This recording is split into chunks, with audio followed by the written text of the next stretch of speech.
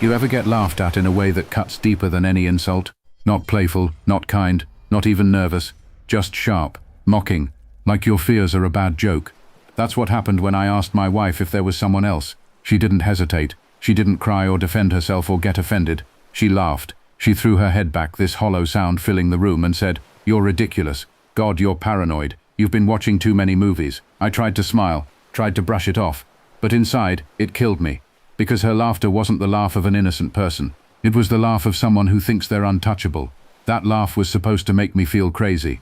Like maybe I was reading too much into her late nights, her sudden attachment to her phone, the way she avoided intimacy with me like I was a stranger. That laugh was supposed to end the conversation, but instead, it lit a fire. See, suspicion is one thing, proof is another. And the truth doesn't care about laughter. The truth has a way of showing itself, even in the darkest corners. I didn't know yet how I'd find it. I didn't know it would lead me back to the one place that used to mean love, promise, forever, our wedding venue. But let me rewind. We'd been married for 7 years. Not perfect years, but good years, or so I thought. We had the usual ups and downs, fights about money, stresses from work, but we always made up, or at least I thought we did. Then came the changes. She started working late, not once or twice, but consistently, always with a reason, a big project, a demanding client. I wanted to believe her because what kind of husband wants to imagine his wife lying? But the lies stacked up, little ones. She'd say she was at the office, but her stories wouldn't line up. She'd mention having dinner with a friend, but that friend would later slip up and not remember it. And her phone, it became this fortress, always face down. Notifications silenced. Bathroom trips with it in her hand, like she couldn't risk being separated from it for even a second. I brought it up gently at first. "Hey, you seem distracted lately. Is everything okay?" She brushed it off, said she was tired, stressed, said I was overthinking. I brought it up more directly. "Are you seeing someone?" That's when she laughed. That cruel laugh, that dagger in the chest. And for a while, I let it get to me. I let her laughter echo in my head until I wondered if maybe I was paranoid. Maybe I was insecure. Maybe I was inventing problems. But then the little cracks widened. One night she came home late, her hair slightly messed, smelling faintly of cologne that wasn't mine. She kissed me hello, like nothing was wrong, but I noticed her lipstick was smudged. She rushed to the bathroom before I could say a word. Another night I saw an Uber charge on our joint account that didn't match her story. She said she was at the office. The charge showed she'd been across town, near a hotel I recognized. My gut screamed at me, but my head still heard her laughter. "It's ridiculous. You're paranoid." So I decided if I was going to confront her again, I wouldn't come empty-handed. I wouldn't give her the chance to laugh it off. I needed proof. Solid, undeniable proof. That's when I did something I never thought I'd do. I hired someone, a private investigator. It felt dirty, sneaky, beneath me. But I'd reached the point where love and trust weren't enough anymore. I needed to know if I was crazy, or if I was being played. The PI didn't take long. Within a week he had photos. Grainy, distant, but clear enough. My wife, with him, a man I'd never seen before. Meeting outside restaurants, slipping into hotels, hands brushing, bodies too close. I stared at those pictures until my vision blurred. My chest tightened, like a vice crushing me. I wanted to scream, but all I could do was sit there in silence. It was real. I wasn't paranoid. I wasn't imagining things. And yet, even with the photos, I couldn't let go. Part of me wanted to believe there was an explanation, that maybe it wasn't what it looked like, that maybe I could still fix it. So I waited. I watched. I gathered more. And then came the day the PI called me, his voice laced with something strange, almost disbelief. "You're not gonna like this," he said. "They're meeting at a place you know, a place you really know." I asked where. He told me. Our wedding venue. The same hall where we'd danced our first dance. The same courtyard where I'd slipped the ring on her finger, promising forever. The same walls that held our vows, our laughter, our joy. She was meeting him there. I drove there myself, parked across the street, heart hammering, hands gripping the wheel so tight my knuckles whitened. And there they were, walking into the lobby, hand in hand, laughing. I filmed it, shaky hands, blurry at first, but enough to see her face, enough to see his, enough to see them entering the place that once meant everything to us. I sat there for an hour, maybe 2, until they finally came out again. My mind was blank, my body numb, my soul split open. That night she came home, smiling faintly, claiming she'd been at yoga. I nodded, didn't say a word. She kissed me goodnight, rolled over, and fell asleep like nothing was wrong. And me, I lay there in the dark, clutching my phone, watching the video on repeat. Her laugh echoed in my head. That cruel, dismissive laugh. But now I had something louder, something undeniable, and I knew exactly how I'd use it. I didn't sleep that night. I lay there in the dark, staring at the ceiling while she breathed beside me, oblivious. Every time I closed my eyes, I saw the video in my head again, her hand in his, their smiles, their laughter echoing in the halls where we had once promised forever. The irony was so sharp it cut through me. I'd stood in that exact courtyard, swearing to protect her, to love her, to be hers until death, and she had walked into it with another man, like it was just another hotel lobby. The next morning she hummed while making coffee, scrolling on her phone, acting like life was perfectly normal. I almost admired it, the performance, the way she looked me straight in the eye without a flicker of guilt, almost. But admiration wasn't what I felt. What I felt was resolve.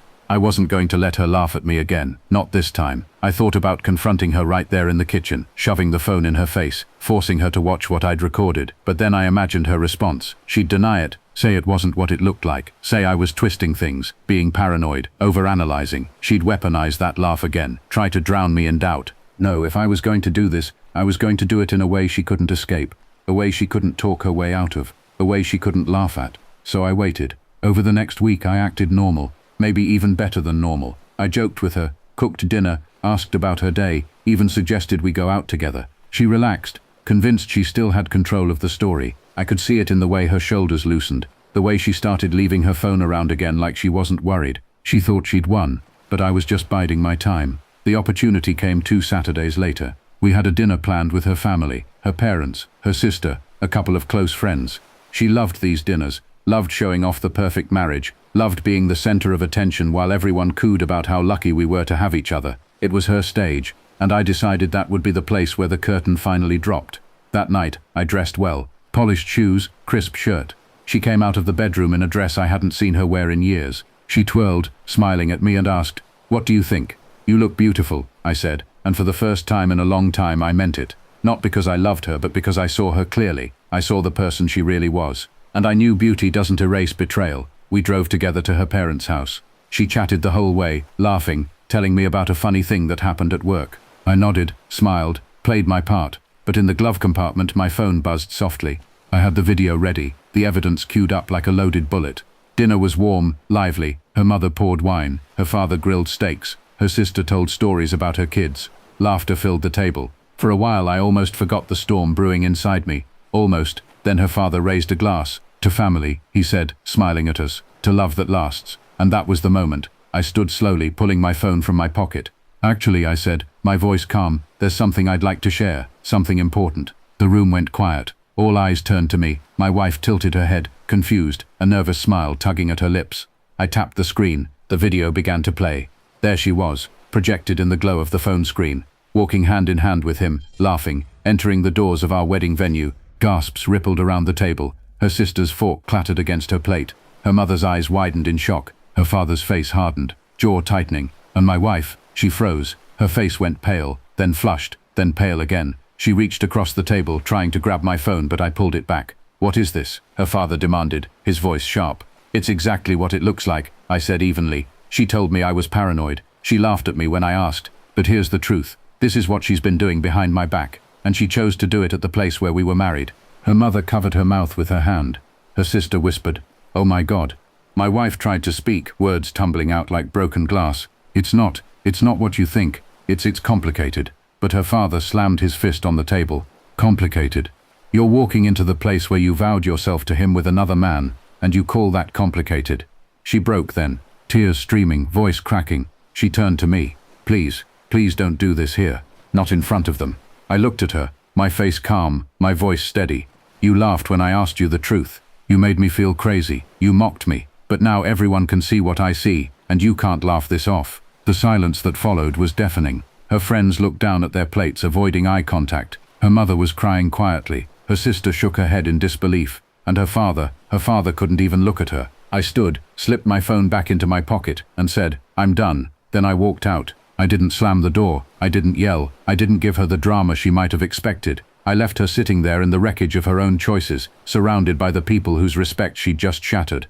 That night, I slept at a hotel, alone, quiet. For the first time in months, I actually slept. The days that followed were chaos. She called me dozens of times, texted paragraphs, begged for forgiveness, promised it was a mistake, that she'd end it, that she loved me. But every time I looked at my phone, I saw that video in my mind, her laughter in his arms in the very place we'd once been sacred. I didn't reply. Her family reached out. Her mother apologized to me. Her father told me I deserved better. Her sister said she'd always suspected something but hadn't wanted to believe it. And me, I filed for divorce. Quietly, efficiently. When I handed her the papers, she broke down in front of me, sobbing, clutching at my shirt, begging me not to do this. But I just looked at her and said, "You already did this." I just brought the truth into the light. The man she risked it all for, he vanished, blocked her number, stopped meeting her, cut her off completely. She destroyed her marriage for someone who didn't even care enough to stick around once it got messy. As for me, I started over. It wasn't easy. It wasn't instant. Some nights I still hear her laughter, that cruel laugh when she told me I was paranoid. But now, instead of cutting me, it steels me. Because I know I wasn't crazy. I was right all along. She laughed off my suspicions. But in the end, I had the last word. Not with anger, not with revenge, with proof, with truth, with a video that spoke louder than any of her denials. And she'll never forget the moment she realized her little secret wasn't hidden anymore, that the venue where she betrayed me became the venue of her downfall.